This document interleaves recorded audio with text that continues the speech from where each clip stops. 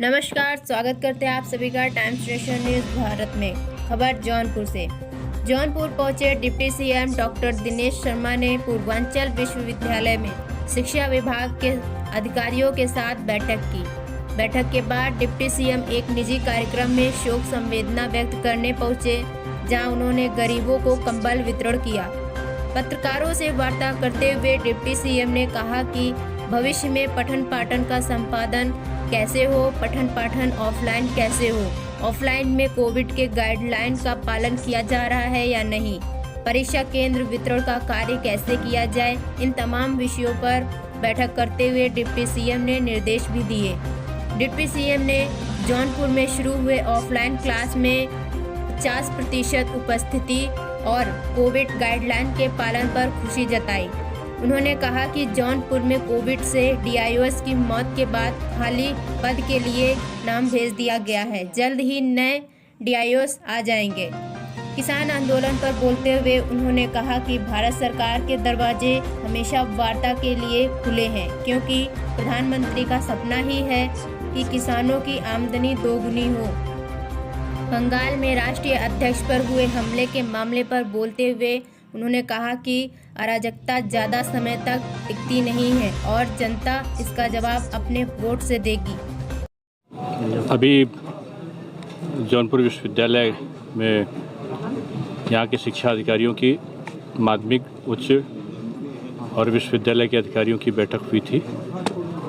भविष्य में परीक्षाओं का संपादन कैसे हो, अभी पठन पाठन ऑफलाइन कैसे हो, ऑफलाइन में कितनी प्रतिशत की संख्या आ रही है, उसमें कोविड का जो गाइडलाइन है उसका पालन किया जा रहा है कि नहीं किया जा रहा है, परीक्षा केंद्रों का वितरण का प्रारंभ जो है वो किस प्रकार से करें, ये तमाम विषय थे जिन पे हमने अभी आज हमारी बैठक हुई। उनको समुचित निर्देश दिए गए कि पठन पाठन की प्रक्रिया निर्बाध रूप में चले, ऑनलाइन भी चले और ऑफलाइन भी चले, और साथ में परीक्षा की तैयारी भी हम लोग अभी से शुरू करेंगे कि मार्च अप्रैल में जब भी परीक्षा हो तो परीक्षा सुचारू रूप से संपादित हो सके।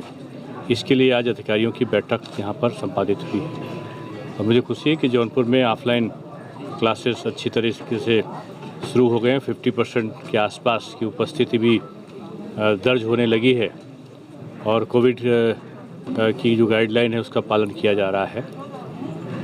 वर्तमान में हम हमारे पारिवारिक सदस्य के यहाँ पे आज जो हमारे जनसंपर्क अधिकारी हैं उनके पूज्य पिताजी का स्वर्गवास हो गया, तो उसके 13वें संस्कार में हम लोग यहाँ पर आए। पूर्वांचल विश्वविद्यालय में पिछले कुलपति कार्यकाल में 400 करोड़ का एफडी तोड़ के उसके पैसे की बर्बादी का मामला है, कई बार उठाया। ये हमारे पास अभी कोई डिटेल आया नहीं, आएगा तो दिखवाएंगे क्या हुआ। जनपद जौनपुर सहित 12 जनपदों में डिवाइस विहीन है, ऐसे कैसे नकल विहीन परीक्षा कराई जाएगी? पिछले साल नकल विहीन परीक्षा हुई थी, इसके सबूत हैं।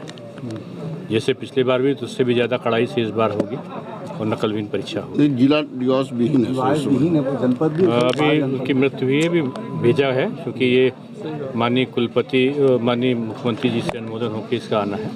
नाम भेज दिए गए हैं, अनुमोदन होने के बाद जिला विद्यालय निरीक्षक का नियुक्ति हो जाएगी। जनपद के लिए बहुत यही मेडिकल कॉलेज है, पिछली सरकार चल रहा, लेकिन अभी तक बनाने 4 साल भाजपा की सरकार हो गए। नहीं, कई जगह मेडिकल कॉलेज बन रहे हैं।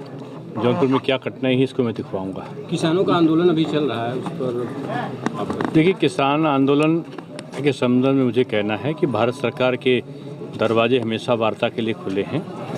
प्रधानमंत्री का सपना ही है कि किसानों की जो आमदनी है वो दोगुनी हो, और इसके लिए उन्होंने सम्मान राशि का प्रयोग, जो न्यूनतम समर्थन मूल्य है वो उनको मिल सके उसका प्रयोग, साथ में उन्होंने इस बात का भी चिंता किया कि जो गेहूं और चावल है उनके क्रय केंद्र खुलें, गन्ने का बकाया का भुगतान हो, जो खाद है वो उपलब्ध रहे। ये तमाम चीज़ें सरकार कर रही है। उनको विशेष सुविधाएं, विशेष ऋण की उपलब्धि किसान बंधुओं को हो, ये सारी चीज़ें सरकार का करने की मंशा यही है कि उनकी आमदनी दुगनी हो, और जो भी उनकी समस्याएं होंगी सरकार सुनेगी, उसको हल करेगी। बंगाल पे राष्ट्रीय अध्यक्ष जी पर हमला हुआ था, उसको लेकर क्या बैठक? जाहिर सी बात है कि अराजकता बहुत समय तक टिकती नहीं है और लोकतंत्र में अराजकता का जवाब जनता अपने वोटों से देती है। जनता वोटों से इसका जवाब देगी। धन्यवाद। यूपी के जौनपुर में तेज रफ्तार के चलते स्कॉर्पियो ने साइकिल सवार अधेड़ को टक्कर मारी। हादसे में साइकिल सवार अधेड़ व्यक्ति की घटनास्थल पर ही दर्दनाक मौत होने के बाद आक्रोशित लोगों ने स्कॉर्पियो को आग के हवाले कर दिया।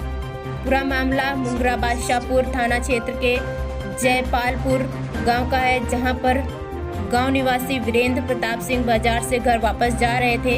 इसी दौरान मुंगरा बादशाहपुर से सुजानगंज की तरफ जा रही स्कॉर्पियो तेज रफ्तार के चलते साइकिल सवार वीरेंद्र को टक्कर मार दी। हादसे में वीरेंद्र की मौके पर ही दर्दनाक मौत होने के बाद आक्रोशित लोगों ने स्कॉर्पियो को आग के हवाले कर दिया। घटना की सूचना पर पहुंची पुलिस मृतक के शव को कब्जे में लेकर कार्रवाई में जुट गई।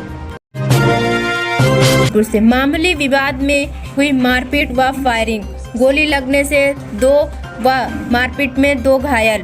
गोली लगने से घायल दोनों की हालत गंभीर, जिला अस्पताल में कराया गया भर्ती। 2 बाइक के आपस में टकराने से हुआ था विवाद। मछली शहर कस्बे के सराय मोहल्ले की घटना।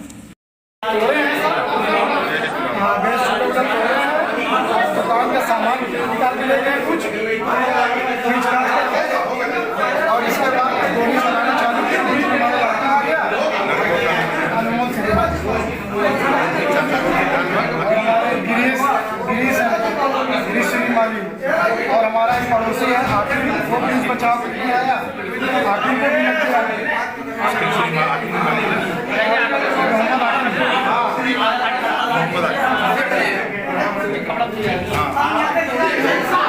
सर, मछली शहर में जो गोली चली है, क्या प्रकरण है?